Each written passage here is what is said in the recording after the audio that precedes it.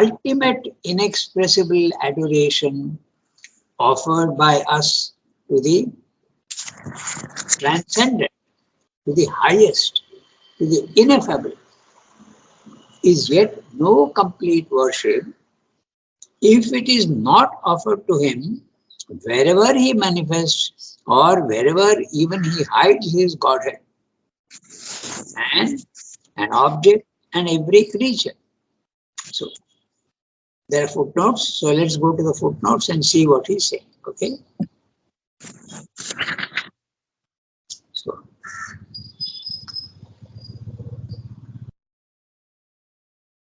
one second. Yeah.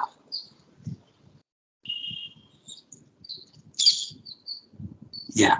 So on page 160, the first is highest. So highest, he is using Param Bhavam. Okay. Param Bhavam, I think he is quoting from the Gita. Okay, so I'm not sure, but I think it is Gita. Because mostly he is dealing with the Gita here. And then the other one, Manushim Tanum Ashritam. So that is the second one, which is the in man. So you have to not only offer your devotion to the highest, Param Bhavam, the supreme, but also to man who is Manushim Tarum Ashritam. In man, an object, and every creature, you have to try and see the divine everywhere. Srimad is saying it is not enough to even just the divine outside the universe, the transcendent, the cosmic, and also the individual. In fact, he is going very detailed. He is saying in man, an object and creature. So everywhere, wherever you see in the physical world, man, object or creature, you have to think of the divine in all these things and offer your devotion. Okay? So, to the ineffable, there is also a word he has used, ineffable. That means you can't put into words, ineffable. Defying expression or description, that's ineffable. Cannot be described. Is yet no complete worship if it is not offered to him wherever he manifests or wherever even he hides his Godhead.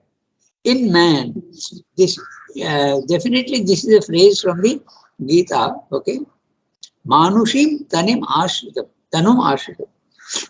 Hiding in the, taking refuge in the body of man. Tanum, body, man. Okay, so he is there everywhere. So we have to try and see him everywhere. You have to make an effort. So then he says, and ignorance is there, no doubt. Okay, we have to start with ignorance. We don't see the divine, but we have to imagine him. And our imagination to begin with may be quite false, but doesn't matter. It's a first attempt at connecting yourself with the divine. And ignorance is there, no doubt, which imprisons the heart, distorts its feelings, obscures the significance of its offering. So all this imperfection is there, but it doesn't matter at all. You have to start. All partial worship, all religion, which erects a mental or a physical idol, is tempted to veil and protect the truth in it by a certain cloak of ignorance and easily loses the truth in its image. So when you are, either you are worshipping a photograph or you are worshipping an idol, okay, whatever it be, whichever idol, either in stone or in metal or whatever, so it can be, there is an ignorance. Certainly you don't see the divine in the photograph, but with a highly developed consciousness, you will be able to see the presence. I will refer you back to Srimdo's seeing the divine presence in that dilapidated temple across the Narmada river. Okay, when he went there, he has seen that in that dilapidated temple, nobody was going there anymore, but that stone image contained, he could see the divine presence in it. Okay.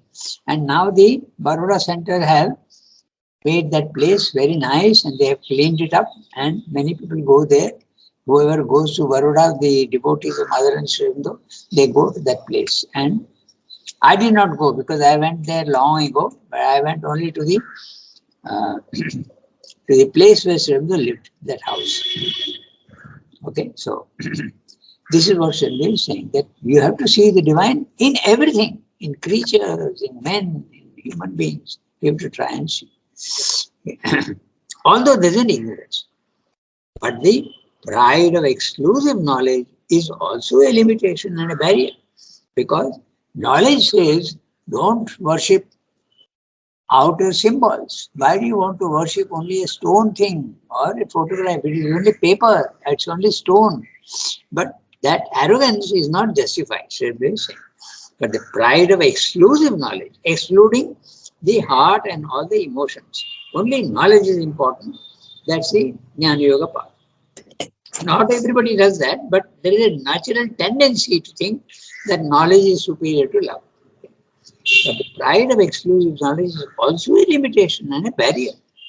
For there is concealed behind individual love, obscured by its ignorant human figure, a mystery which the mind cannot seize, the mystery of the body of the God, of the divine, the secret of the mystic form of the infinite, which we can approach only through the ecstasy of the heart and the passion.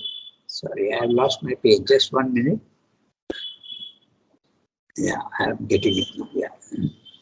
The mystery of the body. So he's saying that the physical matter seems to be absolutely crude and dense and dark, but the divine is hiding there also. After all, he has created everything. In the sequence of the increasing density as you come down from the highest, okay, there is a density and a darkness that increases. But don't think that the divine is not there. He is lessening his presence, making his presence less and less visible, but it is there. And if you have your sharpest sight, you will be able to see the divine everywhere. That's what he said. Okay, so, and that is possible with the, maybe not with the knowledge, because the knowledge is at the highest level. But here, the love and devotion, you will be able to see the divine even in the lowest. Okay, so there is concealed behind individual love, obscured by its ignorant human figure, a mystery which the mind cannot seize. The mind is the instrument of knowledge, but the heart is the instrument of love. Okay, what the heart can do, the mind cannot do. That's what he's saying. It's interesting because we have that French saying, everybody knows about that French saying. Le cœur a ses raisons que la raison ne connaît pas. Everybody knows that. The heart has its reasons which reason does not understand. So that's what Sri is saying here. The mind cannot seize, but the heart can seize. The mystery of the body of the divine, the secret of a mystic form of the infinite, which we can approach only through the ecstasy of the heart and the passion of the pure and sublimated sense. Sublimated, our senses are gross, eyes, ears, nose, okay, skin and ears everywhere. They are all dense and very gross. But the sublimated senses are that sight without eyes, hearing without ears, tasting without tongue, okay, and touching without skin. All these things are there. They are sublimated, made more subtle and made to rise, sublimate. Okay. When you sublimate something, it becomes a gaseous state. So that is the subtler senses. And its attraction, which is the call of the divine flute player. Sri Aurobindo is now referring clearly to Sri Krishna, because Sri Aurobindo's contact with the divine was always through Sri Krishna. Okay? Of the divine flute player, the mastering compulsion of the all beautiful.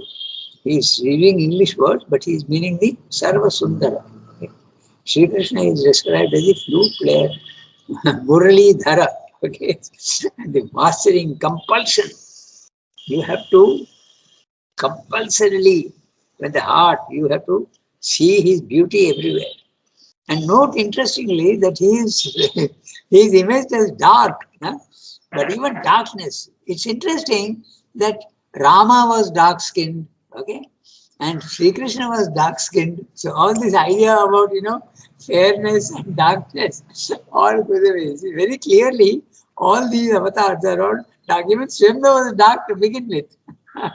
So, it's interesting, and the mastering couples are all beautiful.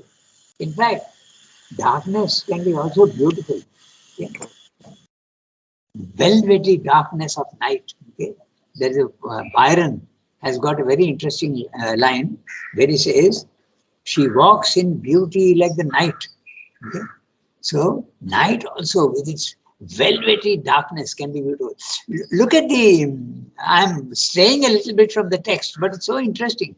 If you look at the crow with its black wings, you will see a tremendous amount of beauty in that, because there is if you look carefully at the crow, this darkness is got a substance which is, shining. There are many colors in that blackness. Okay, if you look carefully next time, you will see. Very interesting. So the crow can be a very beautiful. Several people have told me that. They have seen the beauty in the black of a crow. Okay, so we think that the crow is a very ordinary bird, but it is not. It's it's one of the most intelligent birds. Okay, so I come back to the text. Dark, okay. Divine flute player, mastering compulsion of the all beauty, can only be seized and seize us. So we can seize and he will seize us through an occult love and yearning, which in the end makes one form and the formless. The form and the formless become one and identify spirit and matter. This is possible through love. Okay? Even human love can be sublimated and made a divine love. It is that which the spirit in love is seeking here in the darkness of the ignorance. And it is that which it finds when individual human love is changed into the love of immanent divine incarnate in the material universe. Immanent divine, the divine which is living in form, man and creature, as you said earlier. Okay, so we should not neglect love. It's a very, very important element in our psychological constitution. We think that the mind is the best part of man. There is a certain element of truth in that, but because it can be leading you towards the right way of thinking and the right logic and all that. But still, the heart has got some intensity of heart is not possible in the mind. That's what it is. So, we read the next para. Who will read? Pallavi, good morning. Bonjour, Ranganath. Bonjour. We have started already today. Okay. So, Yes. So we have to read the next para.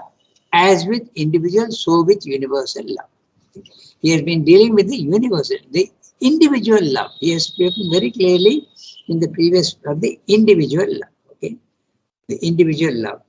Note that sentence on page 160. There is concealed behind individual love. Okay, when an individual man loves, okay, it may be apparently very imperfect, because usually individual love, human love is full of demands. Okay, it's not pure. It's always got a motive. Okay? Even the purest form of love of a mother for the child, that also is not absolutely perfect. Okay, there's an expectation. Some sort of expectation is always there. So this is individual love. Now he is going to talk about the universal love.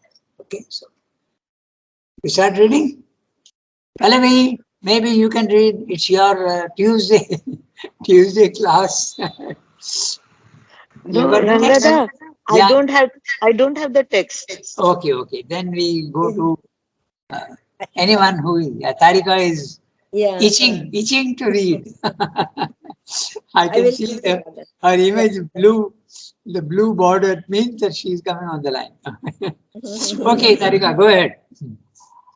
As with individual, so with universal love. All that widening of the self through sympathy, goodwill, universal benevolence and beneficence, love of mankind, love of creatures, the attraction of all the forms and presences that surround us, by which mentally and emotionally man escapes from the first limits of his ego, has to be taken up into a unifying divine love for the universal divine. Adoration fulfilled in love, love in Ananda, the surpassing love, the self wrapped ecstasy of transcendent delight in the transcendent, which awaits us at the end of the path of devotion, has for its wider result a universal love for all beings, the Ananda of all that is. We perceive behind every veil the divine, spiritually embrace in all forms the all beautiful. A universal delight in his endless manifestation flows through us, taking in its surge every form and movement, but not bound or stationary in any, and always reaching out to a greater and more perfect expression. This universal love is liberative and dynamic for transformation.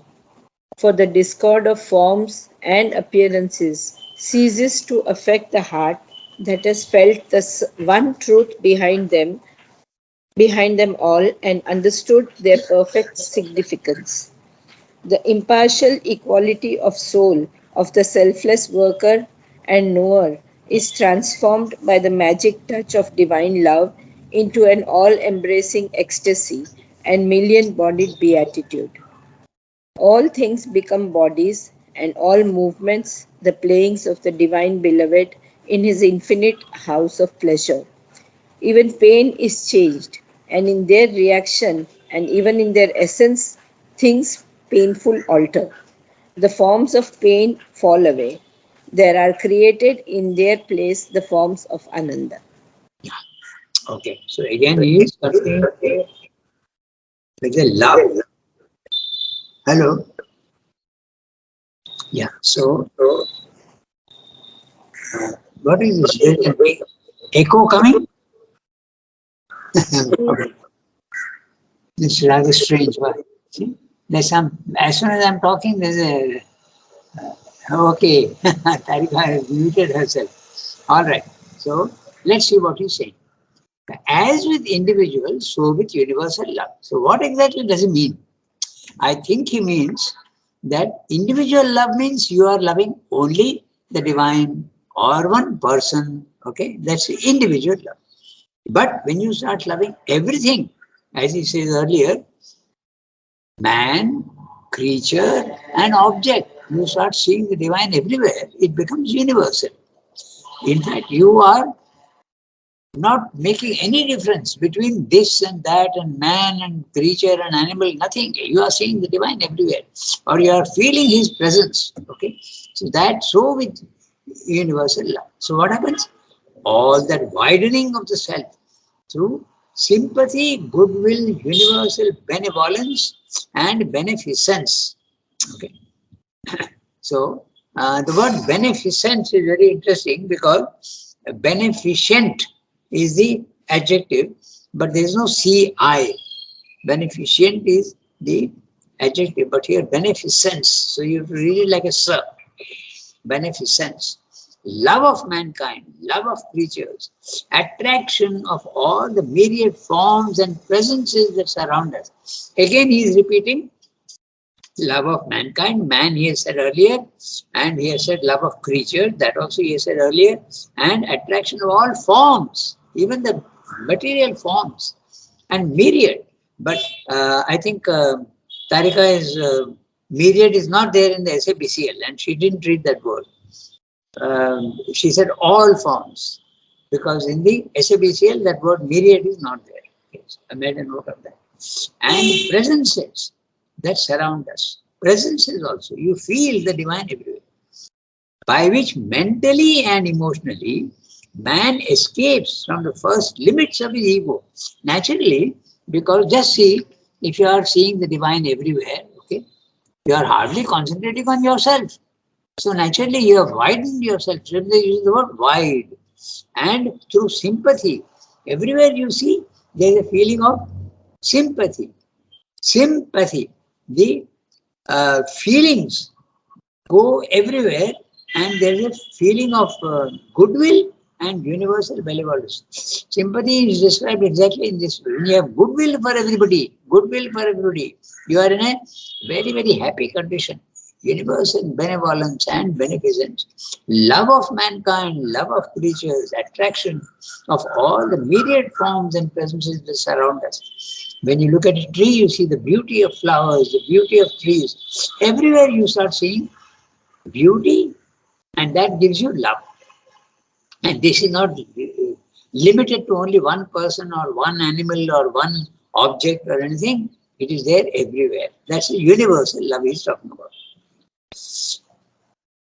Has to be taken up into a unifying divine love for the universal divine. The universal divine is in the universe, cosmic, not transcendent or individual, but he's talking of the universe. Okay. The divine can be there transcendentally. That means he is outside the universe. When you experience the transcendent divine, you are not in the universe and you are not seeing the universe at all. You are seeing only the divine at the highest level, transcendence.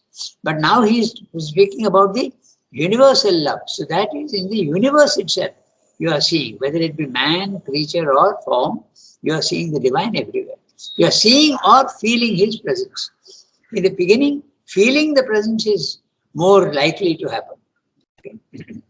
Later on, you will be able to see the divine also. You will be able to see behind all the forms. But that is I think, a pretty advanced stage of yoga. I think so.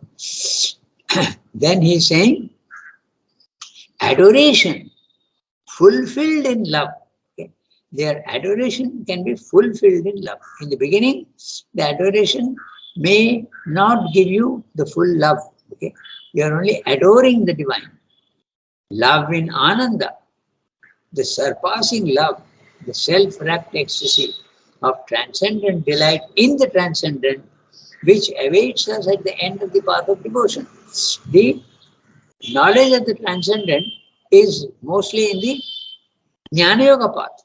But now even the love, if it goes to that supreme love, self-wrapped ecstasy, self-wrapped ecstasy, okay, it is limited to the transcendent and it is self-wrapped.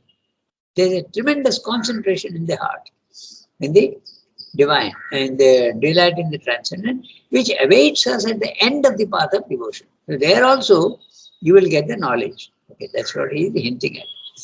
Has for its wider result a universal love for all beings, the ananda of all that is, that exists. We perceive behind every veil the divine, spiritually embrace in all forms the all beautiful. The universal delight in his endless manifestation flows through us. Chandra has described the ananda that you can get in so many ways. Okay, he has described.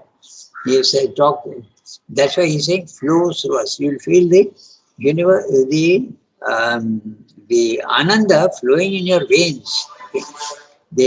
Uh, there are a lot of descriptions also of others feeling as though there's the sweetness of wine. Okay, wine is a symbol of the delight. Okay, it's a symbol, and you feel it flowing in your veins. The love, you feel it flowing in your veins. Taking in its surge. Surge is the current. Okay, the surge. Every form and movement, but not bound or stationary in any, and always reaching out to a greater and more. This once again I've lost my page. Not bound or stationary in any, and always reaching out to a greater and more perfect expression. This universal love gives you this feeling. This universal love is liberative and dynamic for transformation. So what does it mean by liberation? It can actually take your soul out of your body, mind, life. That is liberation. Liberation is very clear. You are not identified with your body, mind anymore. That is liberation. Because when you are in your body, mind, life and you think you are identified with it, you are in a prison. The soul is in a prison house. So, but love, extreme love can make you liberated. It can also lead to liberation. Liberation is normally the path of Jnana Yoga. So you understand and you know that you are not the body, mind, life. But it is not only liberation, it is dynamic for transformation. There are two types. One is a liberation without transformation. The body, mind, life retains its imperfections. That's the usual thing that happens to yogis. But now Swami is saying if love is there, it can even transform your mind, transform your heart, and transform even your body to a certain extent. Transform how? Your mind will become full of knowledge. Easily you will understand things which you did not understand earlier. And your heart will become pure. There will be no impurities. There will be no wrong feelings. That's a transformation. So love can give you liberation, but also it can give you transformation. The word dynamic means effective. Okay? That which succeeds, that is dynamic. Because there can be a love which is not dynamic. But this intense love, universal love can be dynamic. It changes you. For the discard of forms and appearances ceases to affect the heart that has felt the one truth behind them all and understood their perfect significance. You see that all the forms are really only masks for the divine. That you understand. Their significance is, each form is significant. The divine is making forms and each form is significant of something at the highest level. Each form that you see has a purpose. And the divine, when he is manifesting himself, he manifests himself in 100,000 forms. And each form corresponds to some aspect of the Supreme Truth. That's what he's saying when you understand the significance. Okay? The impartial equality of soul of the selfless worker. The worker who has understood that the work that he is doing is not done by him. Okay? It is done by universal nature. And knower, he also knows that he is not the body, mind, life. He is transformed by the magic touch of divine love into an all-embracing ecstasy and million-bodied beatitude. So, all-embracing, you start seeing the divine everywhere and everything gives you ecstasy. And million-bodied, the 100,000 million bodies in the physical universe are all giving you beatitude. That's what it is. Everywhere you turn, you will see the divine, and naturally that will give you ananda. All things become bodies, and all movements of the playings of the divine beloved in his infinite house of pleasure. See, these are the movements which are now so common all over the world. Okay, there's ISKCON. Okay, that's one.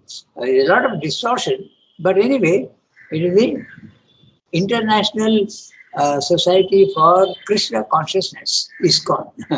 There are temples all over the world. Okay, the ISKCON movement.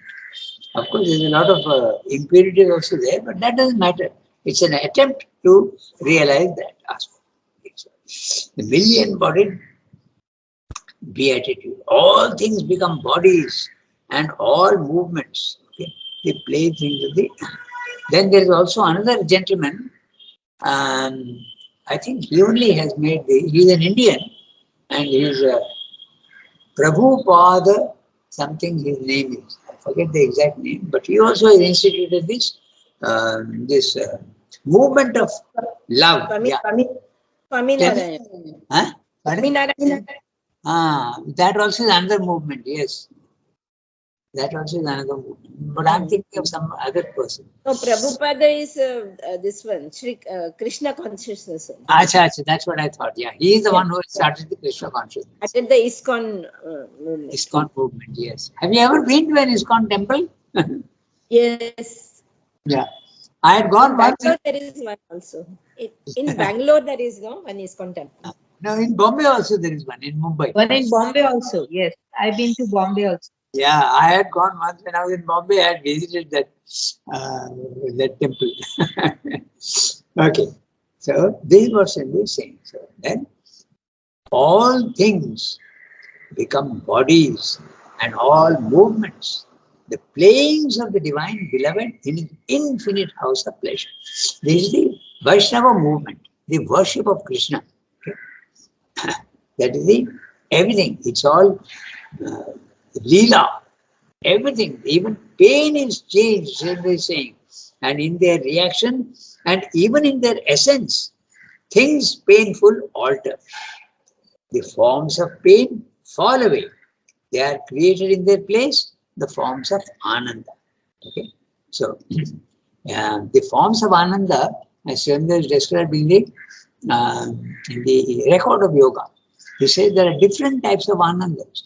There is the Ahaituka Ananda. That means Ananda without any reason. Hetu is reason. So Ahaituka, without any reason, you suddenly feel ecstasy. Or there is Hetuka Ananda. That means Ananda with a cause. Okay. Suppose you are walking and you hit the edge of the table. Instead of giving you a vibration of pain, it will give you a vibration of Ananda. Okay, Haituka Ananda. Then you can feel the Ananda like a in the body. So that is the Kamananda, he describes it as. Then there is the Vaidyudananda. Okay, Vaidyudananda like an electric current going through you. Different forms of Anandas. Okay. And there is the Supreme Ananda, which is the what do we call it? I've forgotten the word, but there are so many different types of anandas. So he says it's like wine flowing through your veins. You feel it everywhere. Okay, so that finishes this. So it is so important. He has described that so beautifully. Love is very, very, very, very important in Sri Aurobindo Yoga and also in the Bhagavad Gita.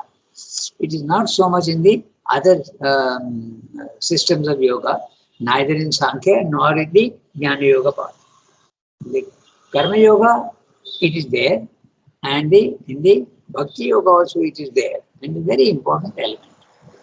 Adoration of the divine. Okay, so what is the time? 26. We have got 10 minutes. We can read the next one.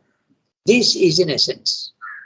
So, Tarika read. So now, any one of you, whoever is, if Archana ji has got the text, she can read. Or if she is not there, Can I? yes, she can. Go ahead. This This is in essence. yes. This is in its essence the nature of the change of consciousness, which turns existence itself into a glorified field of a divine love and ananda.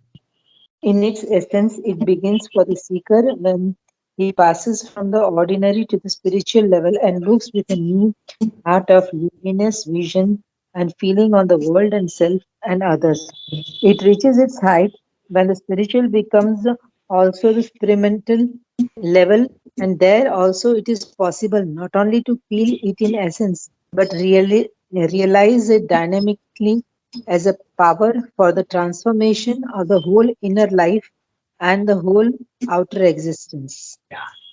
Very small para. And this is, in its essence, the nature of the change of consciousness, which turns existence itself into a glorified field of divine love and ananda. So, love can do this for you. Okay. Normally, the path of Jnana Yoga takes you away from the physical world. You concentrate only on the transcendent aspect. outside the universe. But here, the whole universe becomes a glorified field. You don't see cruelty, you don't see suffering, you don't see imperfection. You start seeing the glory in the universe. Everywhere you see. You start seeing the beauty of flowers, the beauty of trees, the beauty in nature. You start seeing the beauty even in animals. There's so much of beauty everywhere. That's what you start looking everywhere. Glorified field of a divine love and Ananda. In its essence, it begins for the seeker when he passes from the ordinary to the spiritual level and looks with a new heart of luminous vision and feeling on the world and self and others. Okay? So, this is what Srimad is saying. The seeker who is looking through through love, approaching the divine through love, he starts seeing all these things that he has described, the divine presence everywhere, when he rises to the spiritual level. Okay, the spiritual level is very clear. So he says he uses the word spiritual from the higher mind onwards. Higher mind, intuitive mind, element mind, intuitive mind, over mind. This is what he calls spiritual being. When you experience a psychic being, it is not, the word spiritual is not usually used. It gives you purity. It gives you a tremendous sense of purity. You may feel the divine presence everywhere. But this universal love, the psyche awakening can take you to the spiritual level. And when that happens, that's what he's saying. It becomes, he passes from the ordinary to the spiritual level and looks with a new heart. The old heart had its imperfection, but this new heart of luminous vision, you start seeing everywhere. Very clear, luminous vision. It's not imagination or a feeling, it's a vision. And a feeling also is there on the world and self and others. Again, he is stressing the three words, world, self and others. In other words, everything in the physical universe, man, creature and objects. He goes on using this with different words, man, creature and objects. It reaches its height, the height of love and Ananda, when the spiritual becomes also the supramental level. So the spiritual is the level 2 and the supramental is level 3. So it reaches its maximum potentiality, its height, when it goes to the third level of the supramental level. And then also it is possible not only to feel it in essence, but realize it dynamically as a power for the transformation of the whole inner life and the whole outer existence. So we have to make a clear distinction between the transformation of the inner life and the whole outer existence. The outer existence is your body-mind life, which starts also showing changes. Not full changes, but changes. The body doesn't change that easily, but there can be superficial changes like change of color and health and all that. But the divine transformation of the body also becomes possible, but it not yet happened at the supramental level. So that's what he's saying. The love can take you right up to the supramental level. And you can not really feel it in essence everywhere, but realize it dynamically as a power for transformation. When love becomes that intense and goes to the third level, your mind, vital and body start also reacting to it and becoming purer and purer. That's what he's saying. So we have come to 8:32. We have got only 3 minutes left. I don't think we can do the next one. In 3 minutes, we can't read the next one. It's quite a big paragraph. So we'll leave it at that. Okay. So we have to note down, it is not altogether difficult for the mind. That's okay. Today you didn't read, but you can make a note. We can read this next time. I will make. Yeah, it is not altogether difficult. Next time you will start reading. Okay. Okay. It's not altogether difficult. Okay. Yes. Au revoir, everybody. Have a nice day. Au revoir, Ranganath. Bonjour.